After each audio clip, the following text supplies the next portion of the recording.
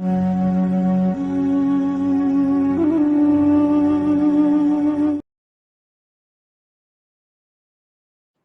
Everyone.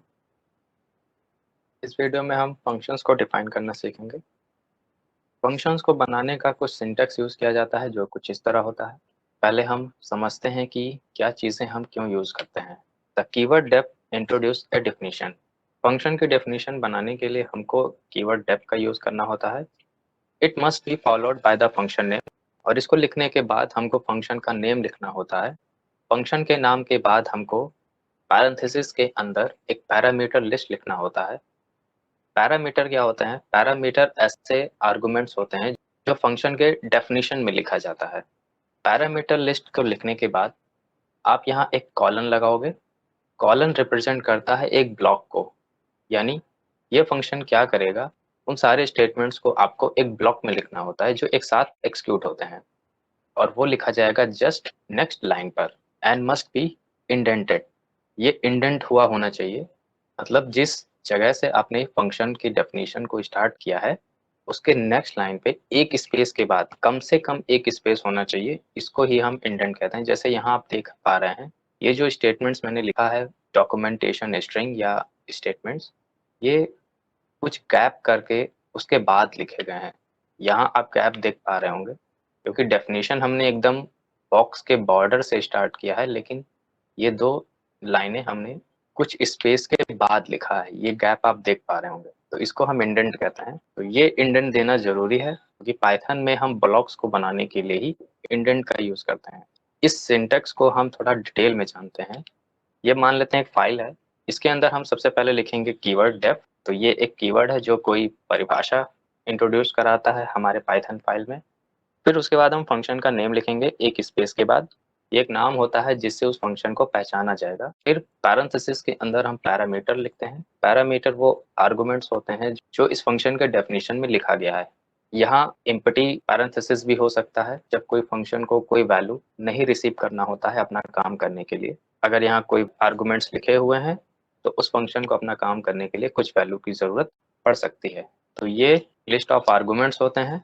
इतना लिखने के बाद हम एक कॉलन लगाते हैं। कॉलन ये बताता है इसके आगे से एक ब्लॉक स्टार्ट हो रहा है। ब्लॉक मतलब ग्रुप ऑफ स्टेटमेंट्स, ठीक है। कुछ इंडेंट देकर ही आप नेक्स्ट लाइन से अपने ब्लॉक को बनाना शुरू करेंगे। कुछ इंडेंट्स देना पड़ेगा आपको, या इंडेंट्स गैप होते हैं, खाली जगह होते हैं। कम से कम एक स्पेस का इंडेंट आपको देना है फंक्शन के ब्लॉक को बनाने के लिए। मान लेते हैं हमने कुछ स्पेस दे दिए। बाय डिफॉल्ट ये 4 स्पेस होते हैं आइडियली अगर आप यूज कर रहे हैं तो। उसके बाद फंक्शन का ब्लॉक बन जाएगा। फंक्शन के ब्लॉक में सबसे पहला लाइन डॉक्यूमेंटेशन स्ट्रिंग का होता है। डॉक्यूमेंटेशन स्ट्रिंग क्या होते हैं? ऐसे स्ट्रिंग्स जिनको ट्रिपल कोट्स में लिखा जाता है, चाहे वो सिंगल हो या डबल हो, वो डॉक्यूमेंटेशन स्ट्रिंग कहलाते हैं। कुछ इंफॉर्मेशन बताते हैं जिस जगह ये लिखे हुए हैं। जैसे ये इस फंक्शन के ब्लॉक के अंदर लिखा है तो ये इस फंक्शन के बारे में बताएंगे, यानी उसकी इंफॉर्मेशन देंगे कि वो फंक्शन क्या करेगा, क्यों बनाया गया है, ठीक है। तो कुछ इन्फॉर्मेशन शेयर करना इनका काम होता है पढ़ रीडर को, जो पढ़ रहा है इस फंक्शन के बारे में, जो जानना चाहता है उसके लिए। ये ऑप्शनल है, अगर आप नहीं लिखना चाहते हैं तो इसको स्किप कर सकते हैं, ठीक है। इसको हम शॉर्ट में डॉक स्ट्रिंग्स कहते हैं। अगर आपने डॉक स्ट्रिंग्स का यूज किया है फंक्शन के ब्लॉक के अंदर, इसके बाद वो स्टेटमेंट्स लिखे जाते हैं जो इस फंक्शन के द्वारा एक्सिक्यूट किया जाएगा, यानी रन किया जाएगा। यानी वो एक्शन स्टेटमेंट्स जो इस फंक्शन को करना है वो यहाँ पर हमको लिखना है। इतने सारी चीज़ों को लिखने के बाद हमारा एक फंक्शन का कंप्लीट डेफिनेशन तैयार हो जाता है। अब हम प्रोग्राम में कैसे करेंगे इसको समझते हैं। सबसे पहले हम लिखेंगे डेफ कीवर्ड, स्पेस के बाद फंक्शन का नाम।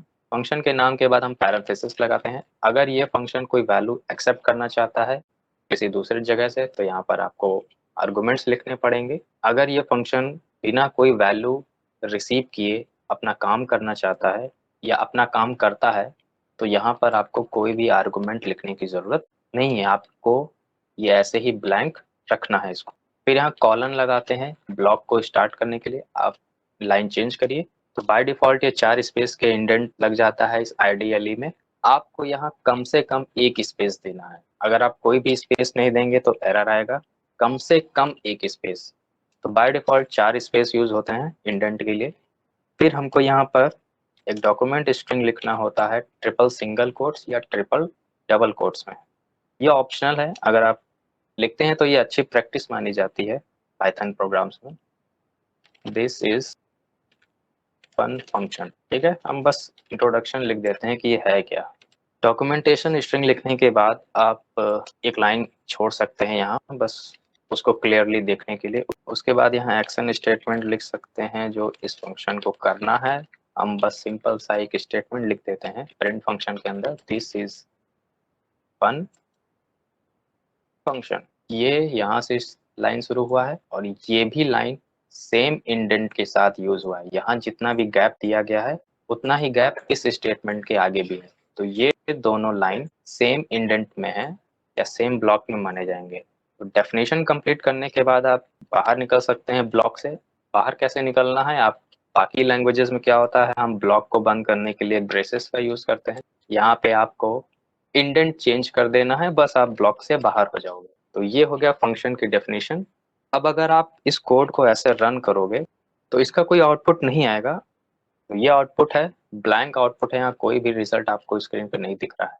रिजल्ट ब्लैंक इसलिए आ रहा है क्योंकि आपने फंक्शन बना तो लिया है लेकिन इसको कॉल नहीं किया है। जब तक किसी फंक्शन को आप कॉल नहीं करोगे वो एक्शन में नहीं आएगा, मतलब वो अपना काम नहीं करेगा। फंक्शन बनाना हमने सीख लिया है, हम इसको एक्शन में लेकर आएंगे जब हम इसको नेक्स्ट वीडियो में कॉल करेंगे।